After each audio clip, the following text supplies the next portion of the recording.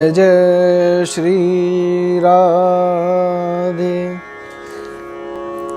भगवान ने ही इस संसार को बनाया है, तो संसार परमात्मा का ही स्वरूप हुआ। लेकिन यह भी कहा जाता है यह जो संसार है वह दुखालय है, दुखों का आलय है। तो यह तो बड़ी असमंजस वाली स्थिति हो गई कि एक जगह तो कहा जा रहा है कि भगवान का ही स्वरूप यह संसार है और एक जगह कहा जा रहा है ये संसार ही दुखालय है। यह बात असमंजस की हुई इस प्रकार कि यह संसार दुखालय है तो भगवान का स्वरूप कैसे हुआ, क्योंकि भगवान का स्वरूप तो श्रीमद् भागवत के महात्म्य के पहले अध्याय में पहले श्लोक में बताया गया है। सच्चिदानंद रूपाय, भगवान का स्वरूप कैसा है? सद चित आनंद स्वरूप है, सत्य रूप, चैतन्य रूप, आनंद रूप है। तो ये दुख रूप कैसे हो गया? और भगवान का ही स्वरूप है, दुख नहीं होना चाहिए, दुख है तो ये भगवान का स्वरूप नहीं होना चाहिए। तो आज हम इस बात को बहुत सरलता से समझेंगे। देखिए, एक व्यक्ति है, एक व्यक्ति किसी दूसरे व्यक्ति को दान देने गया, उसकी सेवा करने गया, पुण्य करता है, जो भी करता है, तो उस व्यक्ति को दूसरे व्यक्ति की सेवा करने में, पुण्य करने में जो आनंद मिलता है, सुख मिलता है, वह तो परमात्मा का स्वरूप है। एक व्यक्ति है जिसको दूसरे व्यक्ति से कुछ प्राप्त करना है, उसको किसी प्रकार की कोई आशा है, उसकी किसी पर कोई इच्छा है, डिज़ायर है, और वह इच्छा उसकी पूर्ण नहीं हो पाए तो उसको दुख होगा।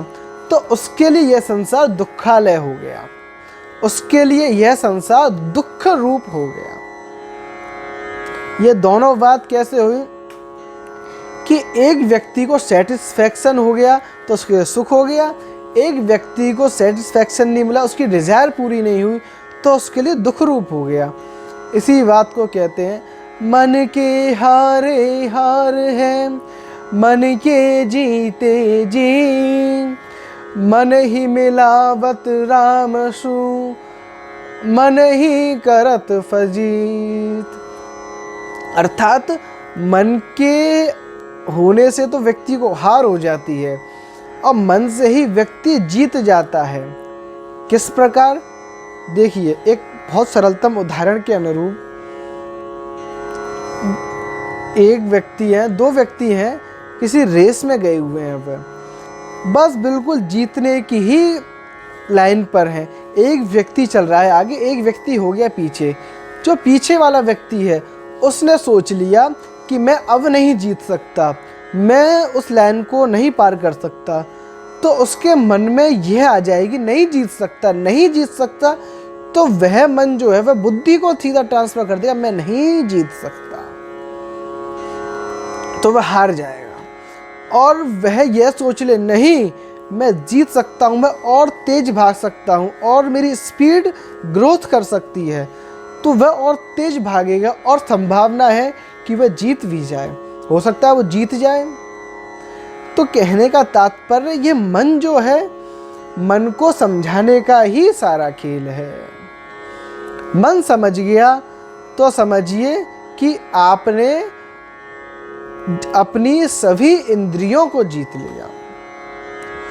मन ही सभी प्रकार की इंद्रियों पर राज करता है, मन ही एक तरीके से सेनापति है सभी इंद्रियों का, सभी इंद्रियों का सेनापति कहा जाता है। जैसे कि देखिए, मन है, मन किससे चलता है? मन चलता है इच्छाओं से, डिज़ायर से। कैसे? बोले मन ने कहा कि मुझे ये चीज़ प्राप्त करनी है, उसकी इच्छा जागृत हुई, मन की इच्छा जागृत हुई, उसने कहा मुझे ये चीज़ प्राप्त हो जाए, मुझे ये चीज़ प्राप्त हो जाए, मुझे ये चीज़ प्राप्त हो जाए, उसकी डिज़ायर आई और उसकी डिज़ायर पूरी हो जाए तो बहुत अच्छी बात है। यदि उसकी डिज़ायर पूरी नहीं हुई, वैसे ही उसके लिए संसार दुखालय। गीता जी में यही कहते हैं श्री कृष्ण जी, दुःखालयम शाश्वतम। यह जो है दुखों का आलय है संसार। कहने का तात्पर्य आज हम एक उदाहरण से समझाते हैं। एक व्यक्ति था, वह दिव्यांग था, विकलांग था। वह किसी रास्ते पर जा रहा था, उसके पास से ही एक व्यक्ति चलता हुआ निकला। तो वह विकलांग व्यक्ति ने सोचा, प्रभु आज आपने हमको चरण दिए होते, ये पैर दिए होते, तो आज हम भी चल कर जा रहे होते, आज हम भी दौड़ रहे होते, खेल रहे होते, कूद रहे होते, आनंद ले रहे होते। प्रभु आपने आज मेरे संग ऐसा क्यों किया? फिर आगे बढ़े तो चलने वाला व्यक्ति जो था, पैरों से चल रहा था, उसके पास से एक साइकिल चलाता हुआ एक व्यक्ति निकला। तो उस व्यक्ति ने जो चल रहा था, उस व्यक्ति ने सोचा, प्रभु आज आपने मुझे थोड़ा धन दिया होता, थोड़ी सामर्थ्य दी होती, तो आज मैं भी साइकिल लेकर साइकिल से कहीं जा रहा होता। फिर साइकिल वाला व्यक्ति आगे निकला, तो साइकिल वाले व्यक्ति के पास से ही एक मोटरसाइकिल वाला, बाइक वाला व्यक्ति आगे निकला। तो साइकिल वाले व्यक्ति ने सोचा कि प्रभु आज आपने मुझे थोड़ा धन दिया होता, तो मैं साइकिल की जगह बाइक को खरीदता और बाइक से ही जा रहा होता, बाइक से ही आनंद ले रहा होता। अब बाइक वाले व्यक्ति के पास से एक वैगनार वाला गाड़ी वाला निकला। तो बाइक वाले ने सोचा, प्रभु आज आपने मुझे इतनी धन की सामर्थ्य दी होती, तो आज मैं भी इस गाड़ी में जा रहा होता, अपने परिवार के साथ इस गाड़ी का आनंद ले रहा होता। अब थोड़ी देर आगे बढ़े, आगे बढ़ने के बाद वह गाड़ी वाला जो था, उसके पास से कोई बड़ी गाड़ी वाला, ऑडी या BMW जैसा कोई गाड़ी निकली। तो उस वैगनार वाले ने सोचा, प्रभु आज आपने मुझे इतना धन दिया होता, तो आज मैं इस वैगनार की जगह इस ऑडी गाड़ी में घूम रहा होता, उस गाड़ी में, ऑडी में घूम रहा होता। तो कहने का तात्पर्य आपने देखा, विकलांग व्यक्ति से अंत व्यक्ति तक वैगनार वाले व्यक्ति ने क्या सोचा कि उसकी इच्छा पूर्ति ही नहीं है। किसी व्यक्ति की इच्छा की पूर्ति, हर व्यक्ति दूसरे व्यक्ति को देखकर इच्छा रखता है, हर व्यक्ति दूसरे व्यक्ति को देख के आशा करता है कि मेरे पास आज ये वस्तु होती, मेरे पास आज ये वस्तु होती, मेरे पास आज ये वस्तु होती।